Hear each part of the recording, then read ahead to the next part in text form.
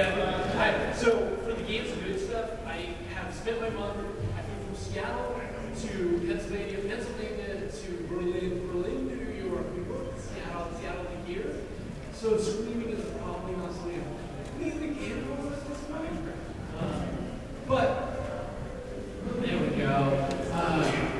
But yeah, I want to make this time for your questions, for anything about the show, anything about the business, pretty much anything at all. Because to me, the most important part, I feel really good sitting at this table, because the most important part is this conversation. Is getting all of us starting talking about games, about what we can get out of games, spreading that conversation throughout the music. And I have certainly as much true words with you guys as you think you guys have. So yeah, let's start with this guy.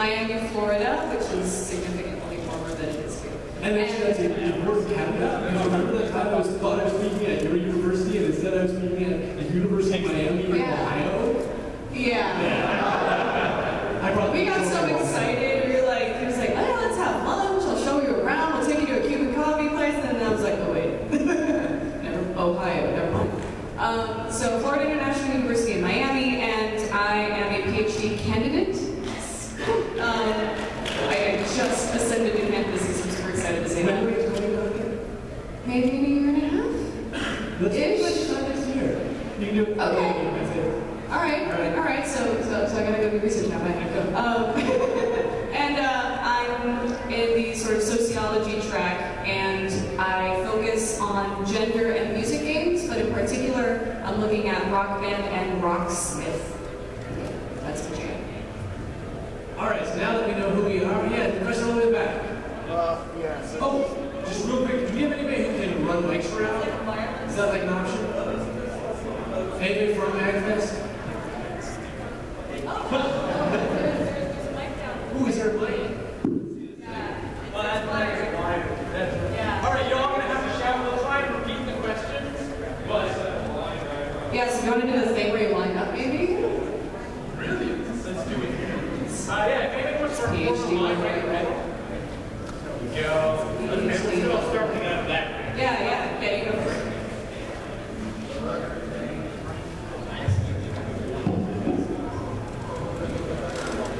And by the way, for all you guys, I don't know if you guys, I'm willing to sit here for as long as you all have questions. So this is why we're doing this room here. That's the last thing tonight. So if we're here until 2 a.m., the questions you may, the answers you may get from me may not be lucid by that point. Yeah, I took a nap and I have copies of them. Hello, I've been going through the last 2 years and it's really interesting. But one thing that, well, I have two questions. One, when are you going to get done the voice actors? Yes, I just called in and so this is the mythical episode. Alright, fine, this is a microphone. So the question was, voice actor episode, when's it actually going to get done? And this is the ongoing mythic question, and I don't know if anybody saw, but we did a Q&A just right before I left, because Dan finally moved to Seattle. And truth be told, we have finally gotten all the voice actors who recorded their bits and have it in the can, and then we just keep writing other episodes. So, in the indefinite future. But hopefully sooner than last time I said this, which otherwise is not fine. Yes, let's do it last time. Oh, by the way, when you did the Q&A, I actually typed in the chat saying, it's the new version of You Need Forever. And, Oh, that was you! That's awesome. Yes, and also another thing, there's this something that always in my mind is in video games, and it's basically, one of the key things in cell phones is if you don't know what people from Mario Brothers to Call of Duty, it's violence. My question is, other than Tetris,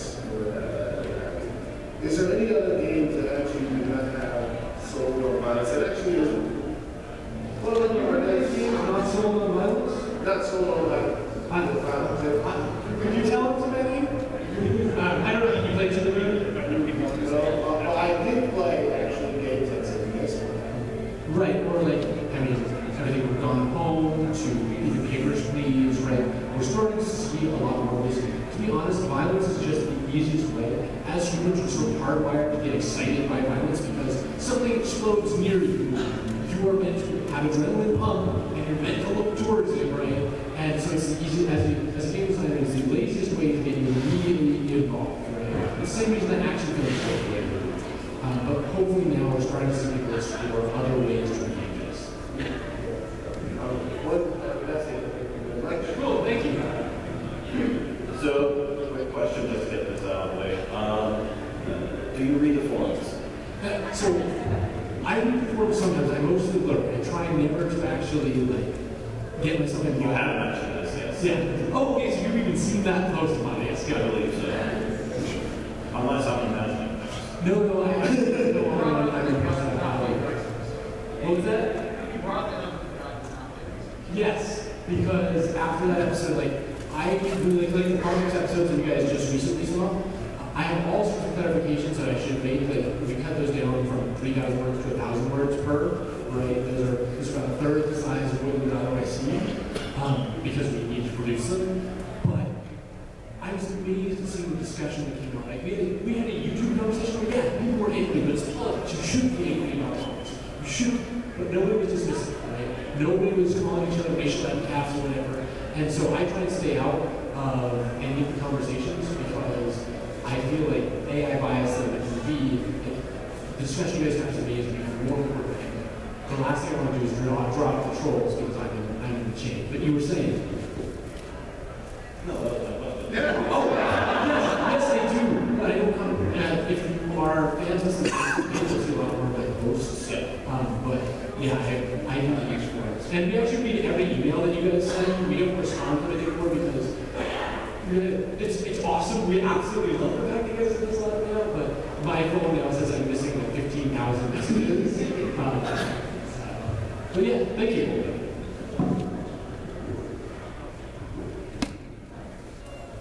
Okay, so a while ago you guys made a video about what was wrong with Metroid Other M and what we've learned from it. And I was wondering, could you do similar videos about other horrible games? So I feel like some of this is in your field. You got any recommendations? I unfortunately, my sort of like feminist games awakening sort of like most other M. Yeah. Go back and I should play it, huh? Yeah.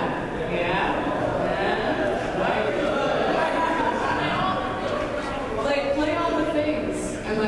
Is my hair gonna turn redder if I play? Okay. So can we do more things like that? We did one about Juarez.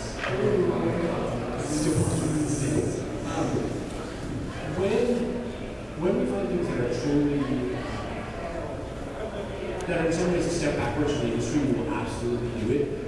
In general, there are a lot of bad games, but games that are not necessarily, I guess, offensive or right.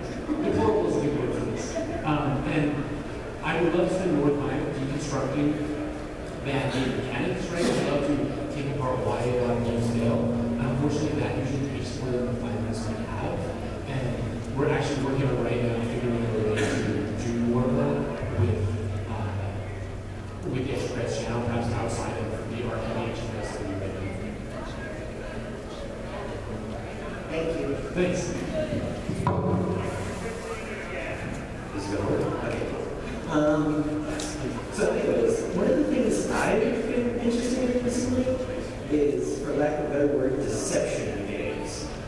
And preferably in like a multiplayer environment, because I've been playing like a ton of Gary's mod, and like modes like Murder or TTT, like the whole game really boils down to, can you trust someone?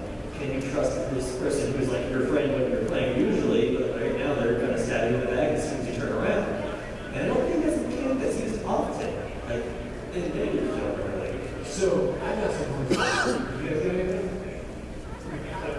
The deception role mechanic, like, I don't know what your objective is and what my objective is. Really find an analog space for cooperative games in particular. So maybe you have a 6-person game, 5 of you are trying to win, 1 of you is trying to make you all lose, and you don't know which one is who. Those are fantastic mechanics. Yeah, I don't know that that doesn't have much harm to it.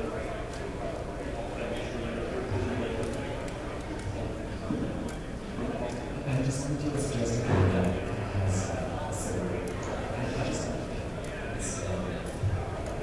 it's the sequel to the members. Yeah, versus People not know 1,000. And that's basically based on like the prisoners. So all of this different narrative in sense that it's based on that. Essentially, each turn you can choose whether to ally or betray someone.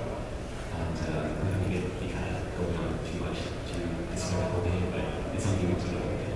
And truth be told, like, it's actually a great discovery of the Wii U. I actually want the Wii U to have one of those games because since I have a separate screen, we can have one of those moments. And I always have a great Wii U games right. Also, do you guys play Artemis? Has anyone come, you guys? All right. So for those of you guys who haven't, right? Oh, are they actually downstairs? Yeah. Are the guys who make Artemis here? I'll have to go. I hope so. I have to inquire because we're supposed to play a game called Biscuit Crew. So when I play Artemis, we get group different rooms, and for all you guys who don't know, Artemis Starship Simulator, exactly like the Bridge of the Enterprise. Each of you guys has a role, you're the engineer or whatever. You've got a captain who doesn't even have a screen, but can tell you what to show on the main screen and gives orders to everybody. Everybody has to relay all the information to the captain doesn't have. So we have 3 rooms with the vessels, and we have the comms officers all on Skype with each other. So the vessels can only communicate to one person at a time. The captain on each vessel is given a different objective, and it's amazing to watch what happens when something goes down. Also, in the analog space, you play diplomacy. And if you want to lose friendships, I highly recommend that I felt kind of pinned on this point, but it's more about just being kind of a jerk to your friends who is people on kingdom. And that's a game that destroys friendships. At the same time, you can do it stealthily. Like, I love destroying friendships stealthily. It's a good de-escalator if you find it. Wow, this is impressive. I admitted over a game of diplomacy in college. We barricaded a man in a garage. So I don't know how that is. But all right, let's keep this rolling. By the way, in the analog space, the game that breaks up marriages is actually the newlywed game. It's a little board game you play with questions like, other than your spouse, who do you want to get married with? And then you have to put someone down and they have to guess. And if you want the analog space, there's still Risk Legacy. Risk Legacy is actually really good. I was surprised. Have you guys seen Risk Legacy? Like for those of you who are interested in these games, I do not expect that everything you see anything innovative come out of it with the word risk on it. Risk Legacy does a lot. I won't spoil what it is. It's actually stuff to spoil when you miss it. But it's worth checking out your design. Each box is different. I have a multi-part, very big, very long question. Okay, here we go. Let's do this. Okay, I've been designing games since I was 7 years old, but I don't really have a formal resume. And I've got pretty much a game in every niche that exists, if not 20 or 30. But I don't program. I'm purely a designer. I have systems written up, tabletop games, board games that I've sketched out, boards for, printed out cards for. I have CCGs that I have long lists of the cards that I have entire files of them. What do I do? You were talking about this in the analog space, and you were talking about the digital? The analog space is actually pretty easy, right? Do a Kickstarter campaign, finish the game. But I will say that the first 95% of analog game design is fun. It's the second 95% that sucks. So it's one thing to have a list of cards. It's another thing to do play test sessions over and over and over and focus on just one product and get it as slick as you can. And you can either meet up with an artist, probably find someone to show that art your stuff out. Or you can pitch to game companies. Very, very easy to do. Go to the Gen Cons of the world, like gaming conventions. They take submissions for anything. It's not hard. Yeah, actually, it sounds terrible. I can't remember the name. Xeno Games.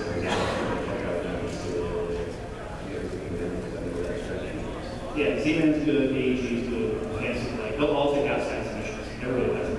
And I'm just surprised how you can just find people who you really write with me. I actually did it last year here. Very helpful.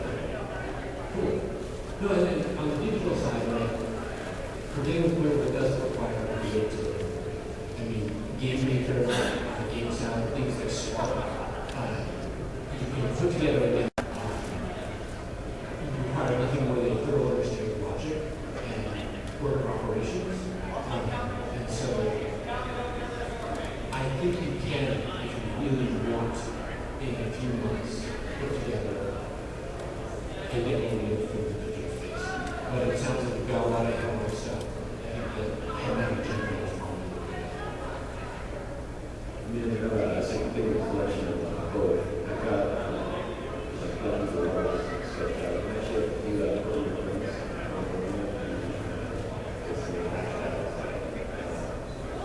Things like a first product. well, and just mod stuff is the way to change stuff. Like create a new form and things like that, and drag and drop.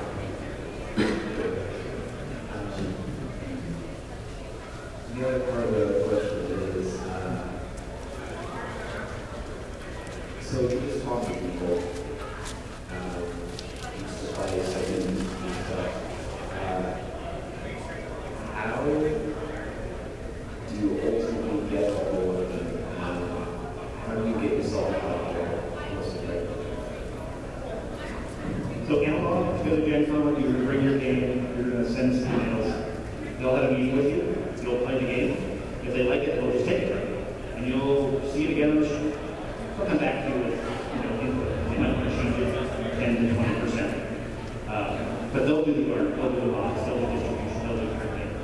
Those deals are worth it. If you do it yourself on Kickstarter, it's a lot. And we talked about that for hours. Probably that happened. I've done a lot of Kickstarter. You need a lot of skill sets for that. Sure.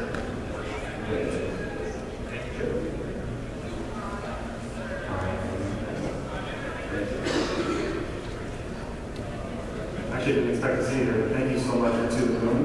And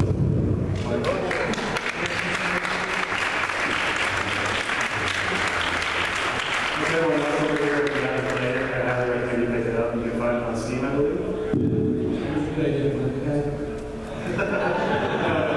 I really didn't know you were going to do that. Another thing also, James, I wanted to say this, as Daniel, 2 years ago, I want to say thank you to one of your biggest fans, an old lady, 70 years old, lives in the middle of nowhere, Barton. She got away from the cities and everywhere else, and every so often she sees your YouTube videos. She doesn't even play games, but she loves the equipment. That's awesome. Thank you for this. I just want to say thank you again for 2 years, and she's still watching our show. So. But on top of that, what I wanted to get into, and it's been a pretty hard question, I think it's been on the internet a lot, so I hope I don't open the powder keg with this one, is that a couple years ago you did a really great video, especially on the discussion on feminism in games. And unfortunately, the discussion has turned very bitter and sour by people who like to make money from dividing us as a community. And your voice, and your Daniel voice, and everyone's voice in the panel, I'd love to hear your opinions. You bring us together on things that we feel the game industry should do, rather than being just kind of critical and dividing us as a community.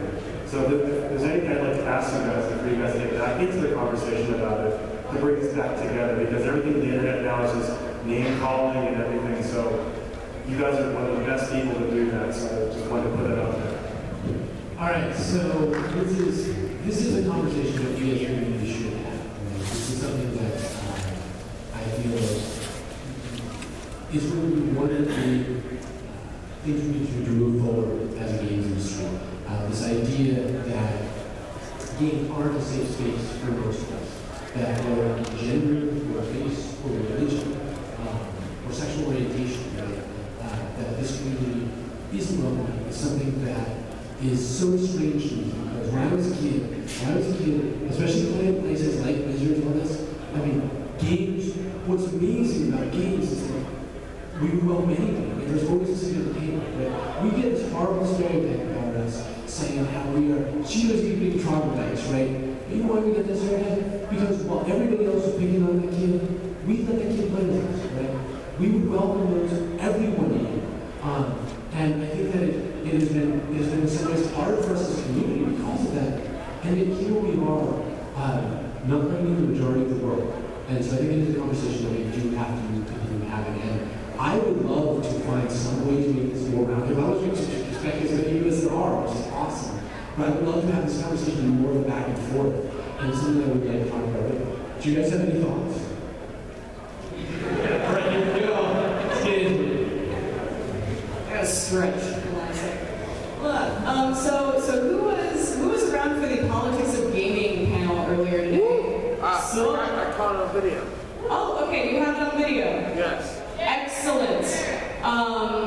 It's on my camera. Okay, good. So hook up with that guy. We'll be on YouTube in a few. You're gonna be.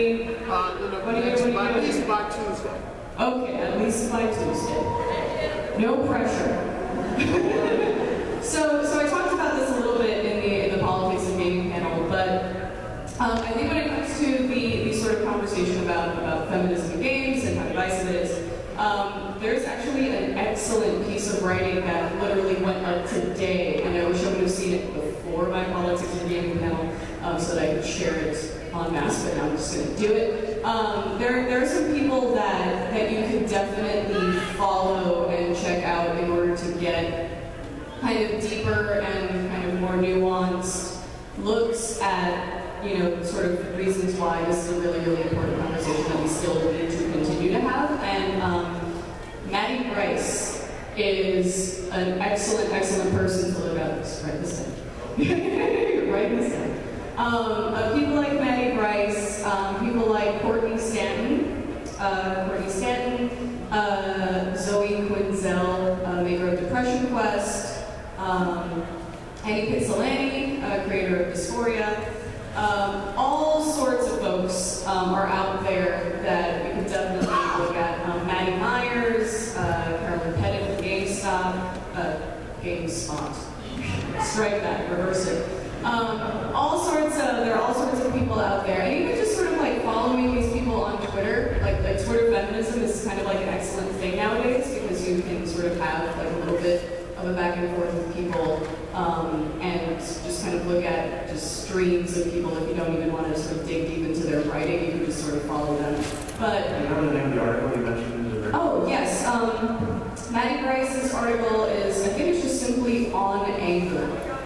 And it's sort of writing about the difference between being angry, which, you know, as a marginalized population, when you sort of face a lot of these sort of kind of major aggressions and then also these things like microaggressions that sort of happen to us every day. You get angry when you're passed over for things, when you're not being listened, when you're sort of constantly getting called out or getting wiener pictures sent to you or harassed or getting death threats, and like, you get angry, right? And the good thing is that sort of Maddie kind of puts a sort of dividing line between being angry, which is a feeling, it is an emotion, it is a reaction, and toxicity, which I think is sort of something that we are kind of now facing in the conversation where toxicity, on the other hand, is when you sort of make the space through slinging insults and all sorts of fun stuff like that. You make a space unsafe for discussion. You make it toxic, right? So while anger is sort of valid, and sometimes, you know, we sort of think about like violence as a sort of good way to kind of you know, overthrow sort of like oppressive movements, and you know, so it's sort of hard to think about, you know, overthrowing this thing called sexism or racism or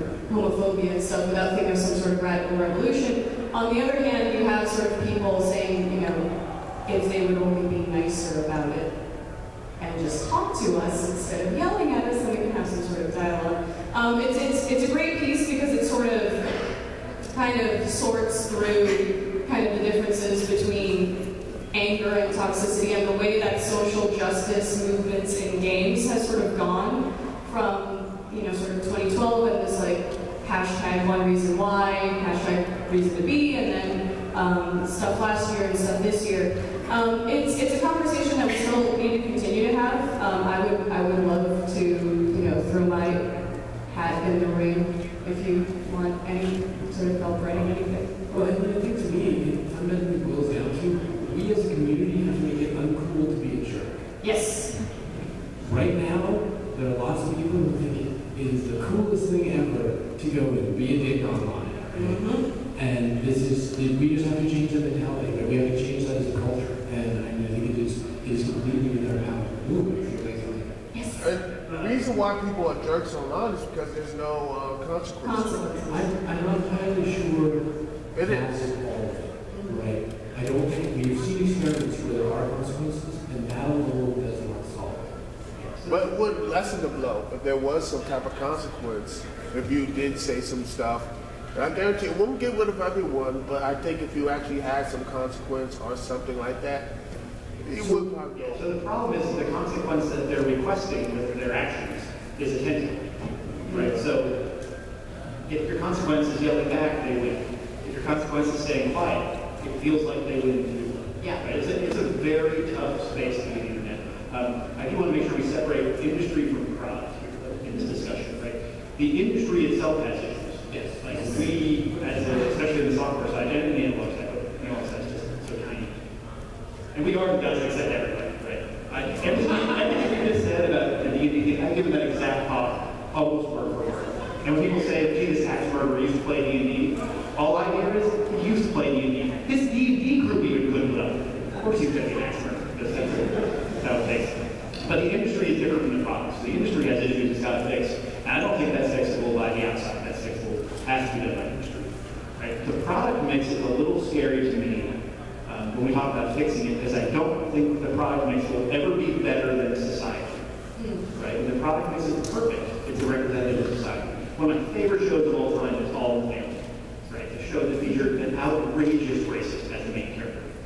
shown to be an idiot, right? It was fantastic. That showed in my mind of me. So I don't know if we want to say the art leads society. We could say if we want the product mix to be better than society, hopefully society will follow. But they're never going to converge by that much. But see, the thing is that society is better than what we see on the code. And we've come up with a social contract to form the society, right? To hold society together. We are slowly doing that in the online space, and that's what we need to figure out, right? I'm not sure that as a species we ever evolved to have a microphone to talk to 6 billion people at a time. And it's going to take a whole new set of understanding, a whole new set of rules to use that. And sort of one sort of big thing that I kind of mentioned in the sort of politics of gaming panel is that it can't just be the responsibility of the marginalized to sort of tell you why it is that you're screwing up all the time, because then that could be, that's exhausting, and like I've said previously, it's like I don't have the time to do feminism 101 for everybody, unless you want to pay me, in which case, yes. It's like I teach for that, I teach undergrad for that sort of thing. But it takes people in privileged positions as well to be able to say, hey, dude, that's not cool, instead of staying silent as well. I'm going to have to throw it out here. So, the word privilege bothers me in some ways because I think it's wrong. We attach now this word a negative to the idea of privilege. And entitlement, yes, entitlement is completely negative. But you want to know something? It is a privilege that I can walk the streets of my city at 2 a.m. without fear. That is a privilege that every human being should have. Yes. We should not see privilege as a negative thing. We should see it as something that we try to make reverse. That privileges are things that we want more of for everyone in society. Right, yes. But then at the same time, it's you have a privilege that I do not necessarily have. Walking around sort of like that 2 a.m. So we should get you that privilege. Exactly, right. But it's the idea of, I think the problem arises when you don't recognize that privilege, and you're like, well, isn't this way for everyone? Like, I don't have a problem with anything. Yeah, of course, it's not directly affecting you. You have to sort of recognize the way in which you are privileged in the sense that you are a sort of unmarked default, right? So sort of members of the kind of like unmarked default come together with the sort of marginalized folks and kind of like speak out in tandem with us. But I think that part of the problem is we should change the conversation to be about how do we get you and everyone else with the same privilege, rather than saying that the privileged group is in some way bad for those privileges, right? And that's very often how it comes across this conversation. And I think it is horrific that a lot of the things that I just get by default, by my gender, my sexual orientation, my skin color, are not universal. But I don't think that the conversation moves forward when we try and push that as in some ways, negative. That's what the internet ruins everything. Right? The internet does ruin everything because there could be 990 people with your opinion, and one loon, and that loon is going to be the person that posts every third post in the forum. I mean, if we're talking about just putting down the attack, how do we make the internet a safer place to talk about these issues? Good internet forum moderation is like a thing, like firing a customer. People don't think that's a reasonable thing to do. It's a totally reasonable thing to do. Like, and even when you're a company spokesperson, your job is to make everybody feel like, you're a customer, I'm never going to tell you you're wrong. Well, you just compared me to Hitler. Screw you, you're off my forum. And I will tell you, it's because you just compared me to that, they choose you out. And we don't do enough of that. We don't train people how to do it and hire people to do that job. And the unmoderated internet wasteland, it will be so long before we stop the 1 out of 1,000 bad eggs from causing a problem. Well, I think that there's a lot more that we can do. We talk about punishment, and I do think that consequences are part of it, but I think there's a lot that we can do to incentivize good behavior, right? There's a lot of ways that we reward you for being a reasonable human being within society, and we don't do any of that on the internet. So, anyway, we should probably get to some more of these questions. This is fascinating, and if you guys want to have this conversation further, I would love to continue this discussion. Yeah.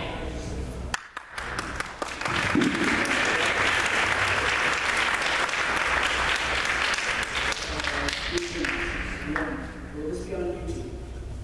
Anyone recording this? Will it be on YouTube? Good sir. Someone's recording this. Yeah, you're recording it, right? Yes. Okay, there's a camera, it will be on YouTube.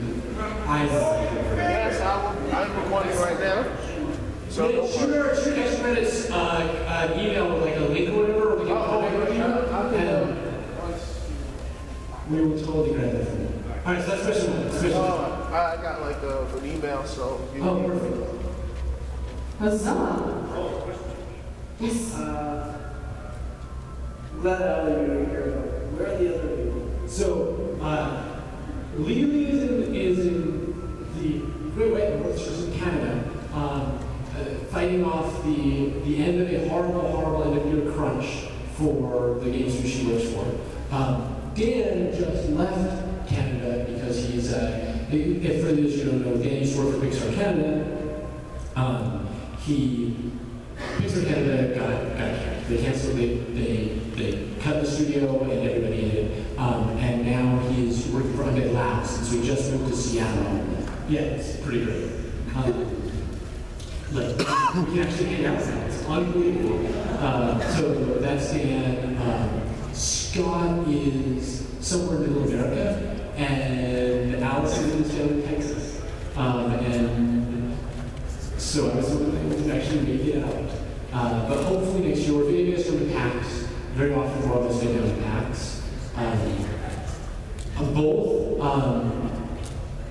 PAX Prime almost all of us make it because between Vancouver and us being in Seattle, we're all there. But for PAX history, trying to make it out. Alright, so that's question two. Anything else? You were talking about privilege. A lot of people just think, they say privilege is something you earn and rights is something that you have by default. But you said, how do you differentiate the two, or do you know? So the other way to look at it is that privileges are rights that other people don't necessarily automatically get, right? And that they should be rights. These should all be things that, and all the things that I get by default are things that everyone on this table should also have for free. And so to me, that's where I distinguish it. Rights are when we've actually achieved all these happiness things. Can I sort of link to a good like feminist 101 article? Right. There's a great thing that I used to sort of teach privilege, not just gender privilege, but also racial privilege. It's called Unpacking the Invisible Knapsack by Peggy McIntosh. Yeah, I'm seeing some people here. And that's a great vanguard of feminism.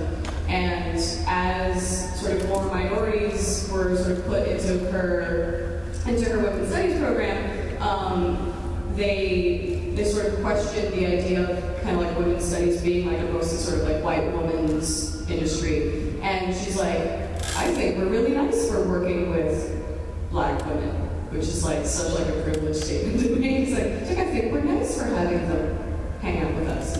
And so she sort of wrote this long thing where she sat and really asked herself, it's like, what things have I gotten just by the nature of being a white woman that other people don't necessarily have? And so she has this list of, I think, like almost like 50 or 80 things that sort of makes you kind of think about, you know, maybe what kinds of things on this list might you also have. So unpacking the invisible knapsack is this kind of cool. It's basically like an invisible kind of backpack of, you know, fun passports that basically get you to move through everyday life in a way that other people can't necessarily. So check it out.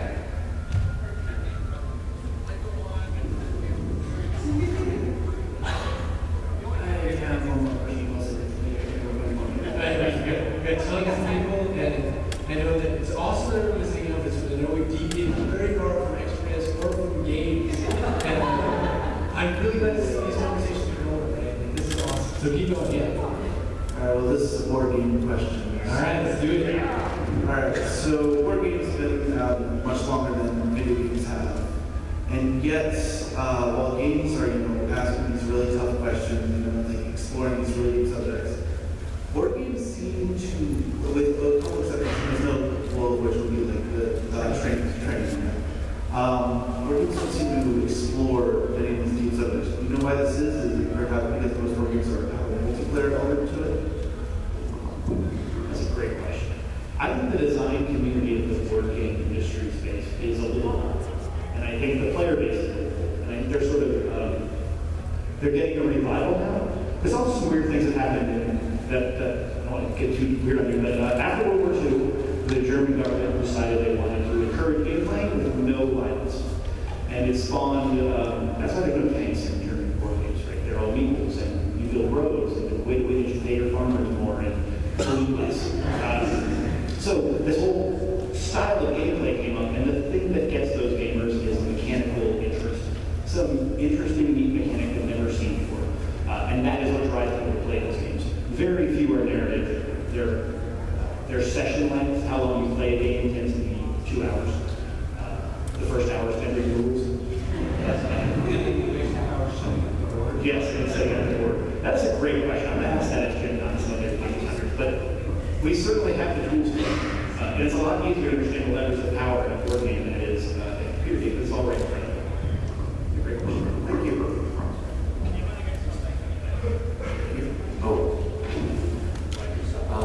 Okay, so I'm trying to think of a question to word this question.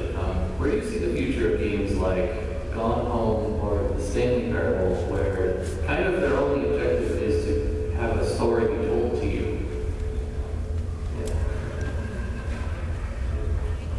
I'm looking straight at you, sir. I really think as time goes on, people are a lot more tolerant of what a game can be nowadays than just a couple years ago. And I think that, not too big anymore, but it did help to bring a lot more acceptance to a lot more varied types of games out there. And I think even with that topic that we just covered with a lot of issues going on right now, like feminism and all that. I think it was for one of the recent major blockbuster games, they actually had to change the cover from like a female character, which is one of the main characters that they originally wanted to do, to a male character because the ad agency said, the marketing departments basically said that based on such stats, if you put a female character on there instead, it would have, X amount of less sales. So a lot of these risks are a major issue with big companies, but with indie developers, they can afford to take those. And I guess with movements like that, sorry, somehow they needed so much feedback. Right. I really think it's. I think it's going to be fine. I think it's going to be more. People are going to be more people are going to be more tolerant of that type of case. And I think the conversation of, this isn't a game is going to lessen as a whole. Do you think it'll be like a new genre, like labeled as that? Yeah, like right now, I think a lot of people could label games like that, almost visual novel kind of things. But I mean, not exactly Stanley Parable. That's quite a thing off on its own. But yeah, I definitely do think as time goes on, there's going to be a better label for those kind of things. And I think that experiences, right? In the end, I don't think we can. The word game has become so divisive amongst us. Many of you guys have seen this. We talked about this before, but these sort of things are experiences. And do I want 2 hours of understanding something else or someone else, or a life that I will never have? Yeah, absolutely. And so I think that it's great that these are getting created, and I think you will see more of them. I think that we are a long way from the level of narrative delivery you could achieve. I think Stanley Parable did a number of great things, right? But I think there's so much more that the genre has to explore, so I think we're just seeing the beginning of it. Yeah, I think an interesting point about when are games going to turn into comic books, like online comic books. That's sort of what your question is like. Is it going to go that far? Yeah, kind of. I mean, one thing I see is if you were to take On Home and then like a quarter of enemies to fight between every room. It would almost be like the Halo or Gears of War. So it's like cutting it down to just the story part is like a whole new experience, but it's so like familiar yet not familiar. I'm trying to figure out how to word it. But there is a question as to whether or not we need to pass these experiences, right? Like, I don't know about for you guys, but in some of the Mass Effects, or a lot of Final Fantasies, I'm playing to get the next story, right? It's not actually the combat that they're the best at. And so if you would be willing to cut that out, I'm in. And so I think it's not appropriate for everything, right? But seeing something's getting made, I think there's a place for it. This discussion of what is a game too, I was an expert participant in a patent lawsuit once, where I got asked, is this a game? So many different ways, just to get punched in the face for 8 hours. But that has been said forever. People used to say D&D night, Scrabble night, crossword puzzle are games. Right, so that, what is a game, what is a game? It just keeps expanding. Sir, Scrabble is not a game. Scrabble is a way of life.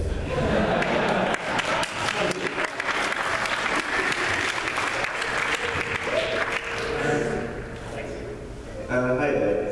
So I've got a response. I've got a question.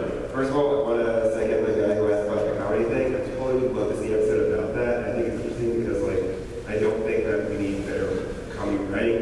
We definitely have that. It's like Lookout has existed for 30 years. But the thing is, we have games that themselves are comedy.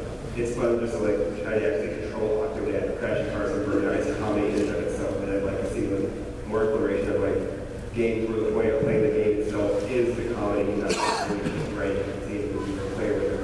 But as for my question, though, I know there's been a lot of flack lately with Paintercade, especially with recently announced Diversity Lounge, which some people they're all for, they're all against, or some people just don't know how to deal. And I think it's interesting because I think it kind of sucks because it singles out people who might not have singled out. I think it's kind of awesome because if you read the document, it says on the points of it, it says business opportunities to diverse groups who might not have opportunities. And I'm all for anything that gives unrepresented people a bigger chance in the industry. So I'd love to know what's your take on this, good or bad or even.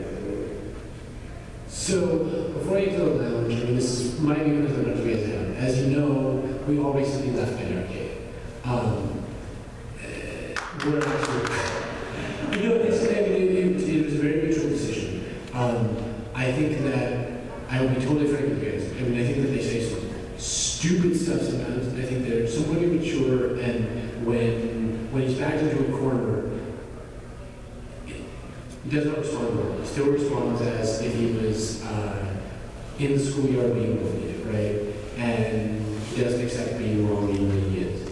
On the other hand, I am still totally happy to work with them, and I'm really glad that we were with them because honestly, I would continue to be with them because if you look at what they do rather than just what they say, Childhood Charity is an incredible thing. The PAX is the safest space I've ever seen for a gaming convention, right? They got rid of booth names, they do a great deal to enforce that everybody feels comfortable there. They have, I was on myself on 4 panels about diversity or gender or all the other things at Access here. And what was great is there were actually people of diverse backgrounds on those panels. I have been so often on panels about diversity where everyone looks exactly like me. In Seattle, they sponsor a gay pride float every year, right? And so those guys actually do a great deal. I think that they say stupid things, and like all of us, we are all flawed human beings and have hang-ups from our childhood. So in the end, we all talked about it. We decided that having a little distance is for the best. But I am still super proud of those guys, and PAX is coming together in a way that the community rarely gets, right? This is one of the few things to parallel it. This thing, Magfest is incredible for that. But as far as the diversity launch goes, it is, the only thing I will say about it is that it is unfortunate that such a thing could even possibly be needed. And I hope in 5 years we will be, right? I hope in 5 years we will pass that but I will now continue saying words to Bailey's and Hyde to get back because I'm sure she will have commentary on diversity lounge. Unless one of you guys have commentary on diversity lounge. Honestly, to go and see that stuff at the Magfest, to see a lot of people, different colors and races, participating in panels, discussions, what have you. It's a really good, it's a big feeling. I don't think you can't force the person. You can't force it. It has to be. Right. No, you do. Yes, seriously. I'm serious just for me when you throughout the rest of this. But no, I mean, Magfest is incredible, right? Like, I always feel so lucky to get to come out here and hang out with you guys because this is one of the most accepting places I've been. I mean, this place has that punk rock, accept everybody feelings that games are all about to me, and I rarely see that elsewhere. It gets difficult when you get to do as big as PAX, but hopefully that diversity level will be necessary soon. But you had. I have words. First off, sort of more of like a logistical announcement. Apparently there is no panel. Oh, please. But the Mages space is apparently open and free as long as we want it. So we may have to move the party. Yeah, we may have to move the party. Yeah, right. So wait, how many more minutes do we have? I think how? 5 minutes. Okay, there's a ton of you guys. The major space is actually there for like a small conversation for us, just like hang out, grab a circle of chairs, and actually talk. I'm going to be there for as long as you guys want. So Yeah, we if I can just like start moving now. Yeah, go on the days. And yeah, just start following me now as we move. But do you want to start taking this question in there? Yeah. All right, let's do that. Let's see you